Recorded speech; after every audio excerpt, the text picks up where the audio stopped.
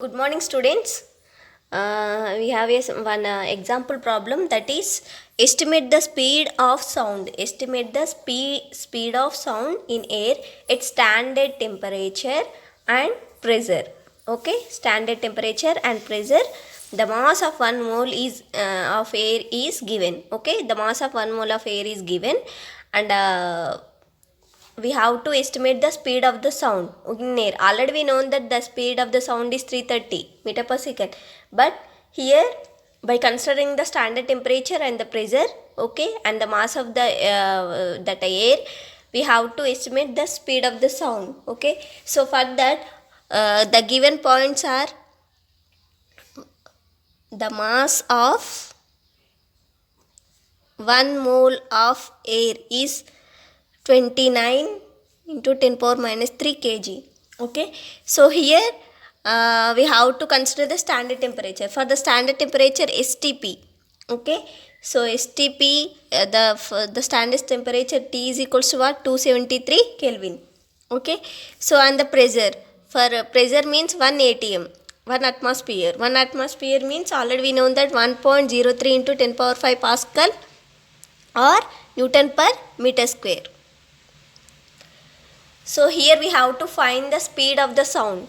Okay, so for speed of sound, that is in the media, air media. Okay, so already for the velocity of the wave. Okay, so we are having one equation, that is velocity is equals to under root, that is bulk modulus B by density rho. Okay, so in this case, in the first case, according to the Newtonian theory, we consider that the bulk modulus must be is equals to the pressure. Okay, so now here for the velocity of the sound, V is equals to under root P by rho. Okay, so already we know that P is what? 1.03 into 10 power 5, but we don't know about the density. Okay, so density means mass by volume. Okay, so here for the mass by volume, the mass of the air also given, so that is 29 into 10 power minus 3 kg. Okay, so we don't know about the volume. Okay, so one STP, for one STP here it can occupy the volume, that is equals to 22.4 liters. Okay, so by calculating this, here we are getting the density, that is equals to 1.29 into kg per meter cube. Okay, so here for speed of a sound in air, speed of a sound in a air, that is V is equals to under root P by rho. Okay, so P is what?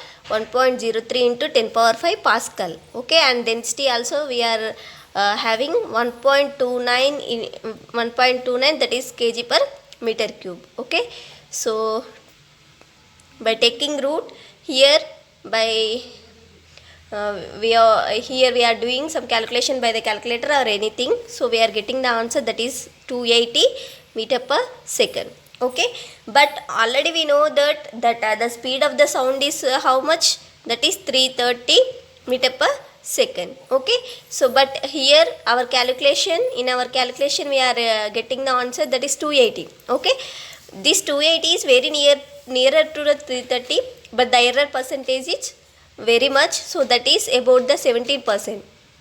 Okay, so here, so this error percent is very large, so that's why here we are using the Laplacian accordance. Okay, so instead of the Newtonian. Okay, so in the Laplace we are getting the B, in the place of B we are getting the gamma P.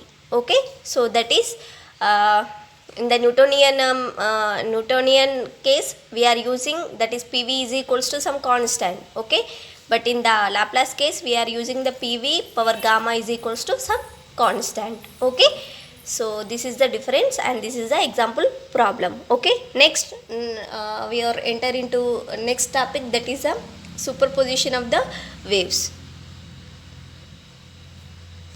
Okay, superposition of waves.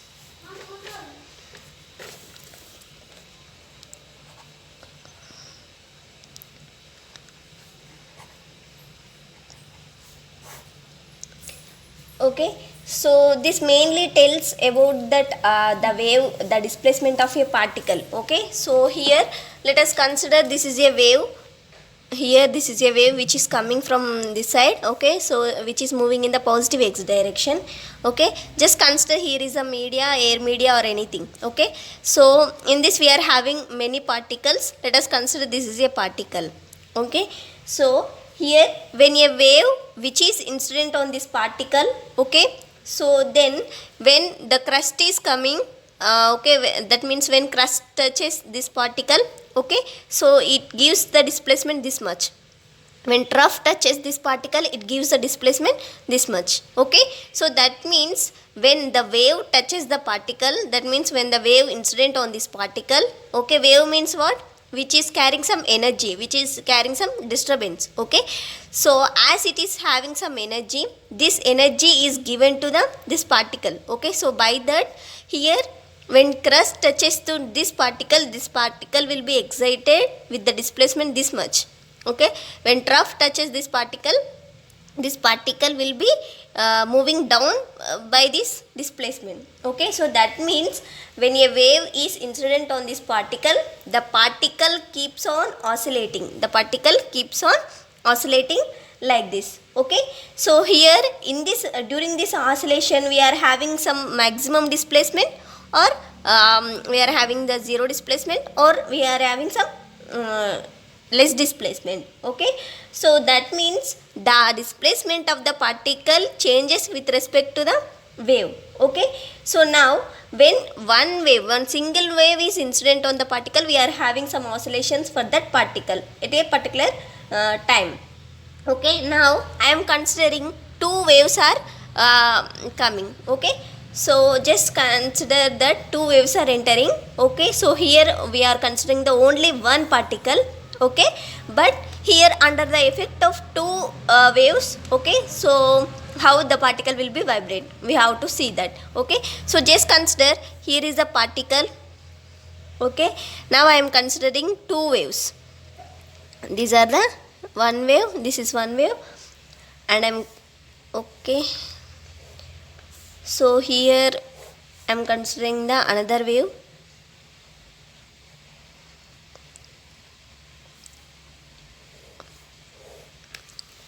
Okay, so here under the effect of these two waves, okay, so how the particle will be vibrate, we have to see. Now let us consider here this is the wave 1. Okay, so here consider this is the wave 2. Okay, so when wave 1 is incident on this particle, consider that wave 2 is absent. Okay, so when wave 2 is absent, wave 1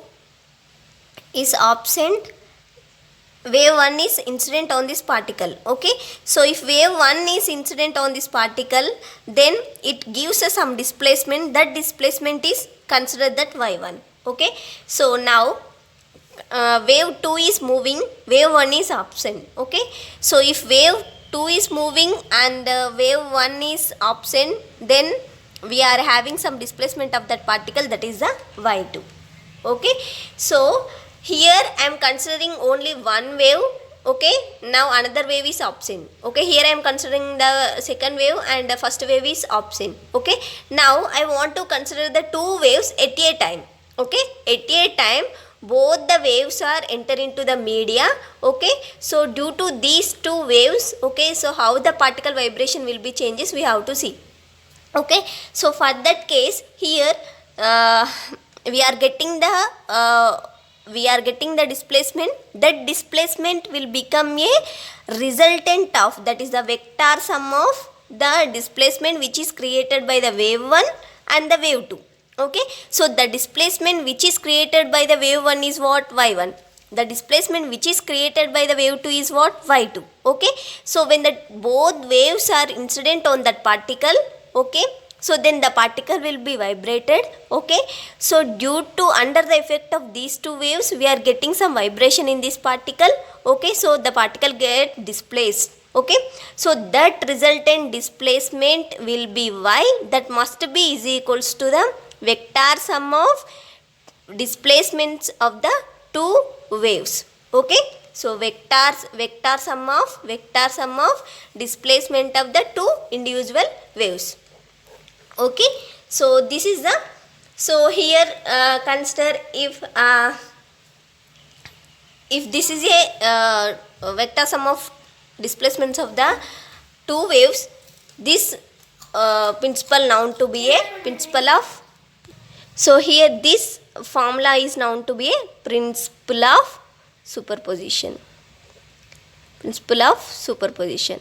Okay, so superposition means the two waves which are superimpose each other. Okay, so here when the two waves are superimpose each other, here we are getting the resultant wave. That wave, resultant wave, here the two waves are there, here we are getting the resultant wave with the maximum amplitude like this. Okay, so when these two waves are superimposed, that is which let us consider here at any time. Okay, we are getting the displacement. Let us consider the amplitude of this this from the mean position we are having the maximum displacement. The displacement is considered a1. Okay, so here for the trough we are having the displacement minus. Okay, so for the wave 1. Okay, so for wave 2 this is a maximum displacement which is plus a2. This is a negative displacement, that is minus a2. Okay, now here we are considering that the resultant displacement of the two waves gives the individual displacement of the two waves gives the resultant displacement. Okay, so for that here I am considering that the resultant displacement is a. Okay, so when I am considering the amplitude. Okay, so here the total displacement is a, then the individual displacement which is done by the first wave. Okay, so if I am considering the crust, okay, when I am considering the crust, okay, so this is the first one a1 and this is the second one, that is a2. Okay, so that is a1 plus a2. Okay, so if I am considering both troughs are coming, okay, both troughs are coming. Okay, when both troughs are coming, then the resultant amplitude A is equals to, this is the trough of first wave and this is the trough of second wave. Okay, so that is minus a1 minus a2, that is equals to minus a1 plus a2. Okay, so here this is for the two troughs, this is for the two crusts. Okay, so that means when the first crust of first wave, second crust of second wave is superimposed, then we are getting the resultant amplitude as a1 plus a2. Okay, if you consider the first trough of first wave, second trough of second wave are superimposed, then we are getting the resultant amplitude, that is a is equals to minus of a1 plus a2. Okay, so here I am considering that the two waves are having the same lambda, same wavelength, okay, and the same frequency, which are moving in the same equal intervals of time. Okay, so if crust and crust, then we are getting amplitude this, if trough for trough, when we are getting amplitude this. Okay, so that means here this is the, when I am considering the when two crusts are moving, this is the amplitude. That means here we are getting the resultant amplitude, that is a is equals to a1 plus a2. This is for the two crusts. Okay, so here this is for the two troughs. Here we are having the amplitude, that is minus of a1 plus a2. Okay, so when we are getting the crust and crust are superimposed, trough and trough are superimposed, we are getting the superposition wave. That superposition wave is a constructive superposition. Constructive superposition.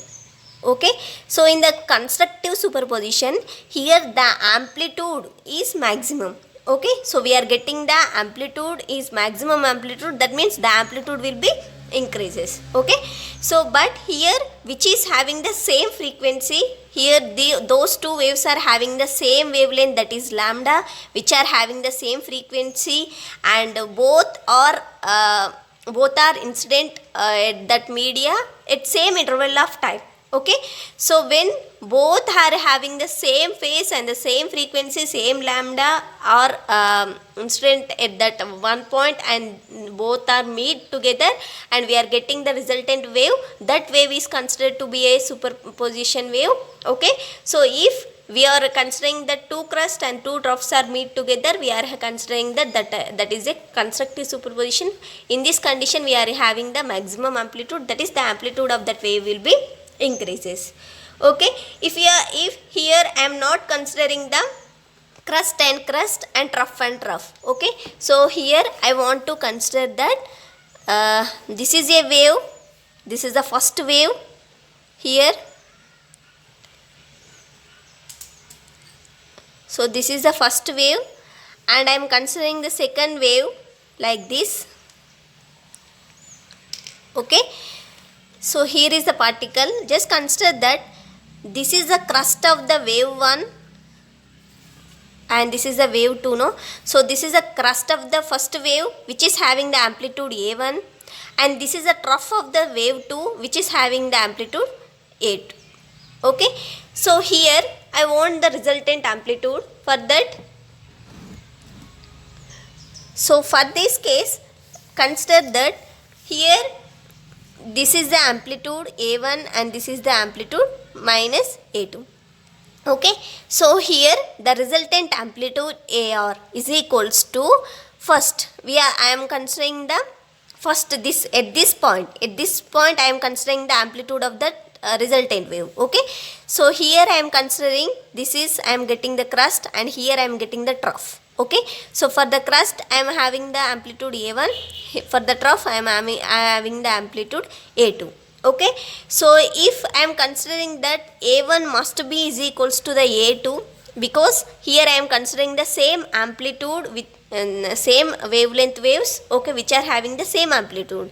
So that's why A1 is equals to A2, then we are getting the amplitude 0. Okay, so here also, in this case also, here just consider this is the minus A1 and here plus A2. Okay, so when we add those two, here we are getting minus A1 plus A2. Okay, so if A1 is equals to A2, then both two are will be equals to 0. That means the amplitude of this wave will be 0. Okay, so the amplitude of resultant wave will be 0. Or else if A1 is not equal to A2, then we are getting the wave like this. Okay, if A1 is equals to A2, then we are getting the wave as a straight line. Okay, because the amplitude is 0, so that's why there is no displacement. Okay, done by the particles. Okay, if A1 is not equal to 0, then also we are getting the wave. That wave is like this, but here we are not getting that much amplitude as wave 1 or the wave 2. Okay, so here amplitude of wave is decreases. Okay, so amplitude of wave is decreases. Amplitude of resultant wave. Amplitude of resultant wave is decreases. Okay, so here in this case amplitude will be increases. Amplitude will be increases. Okay, so in this case amplitude increases. That means when the two waves which are in the same phase, okay, so which are in the same phase and having the same wavelength and having the same frequency, okay, when both two are superimposed, then we are getting the constructive superposition, then the amplitude of resultant wave will be increases. Okay, so when we are considering the out of phase, two waves which are in the out of phase means here this is at this point, here this wave which is having the okay, consider for this. Okay, so for this is a lambda by 2. Okay, so this is the 3 lambda by 2. Okay, so the difference between those two is pi.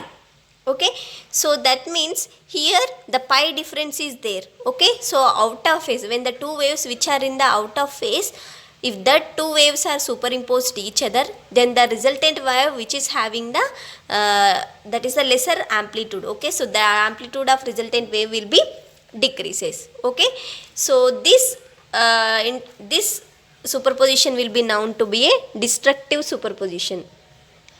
Destructive superposition.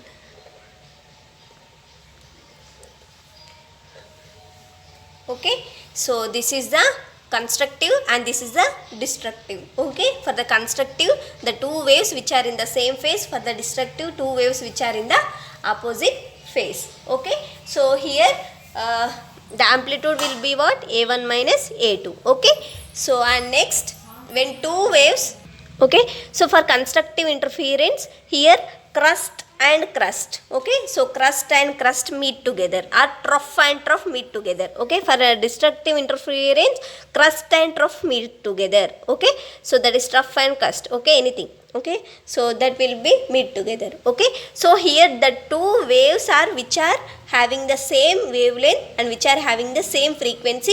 Okay, so that are incident at a particular time. Okay, so at that time, the waves, these two waves are which are having the same wavelength and the same frequency. That means at the first time the crust goes on the crust. Okay, and the second time also the crust should go on the crust. Okay, so that means here these waves are known to be coherent waves. Okay, so the waves which are having the same frequency, same wavelength, which are also if they are having the same frequency and the same wavelength, means they are having the same speed.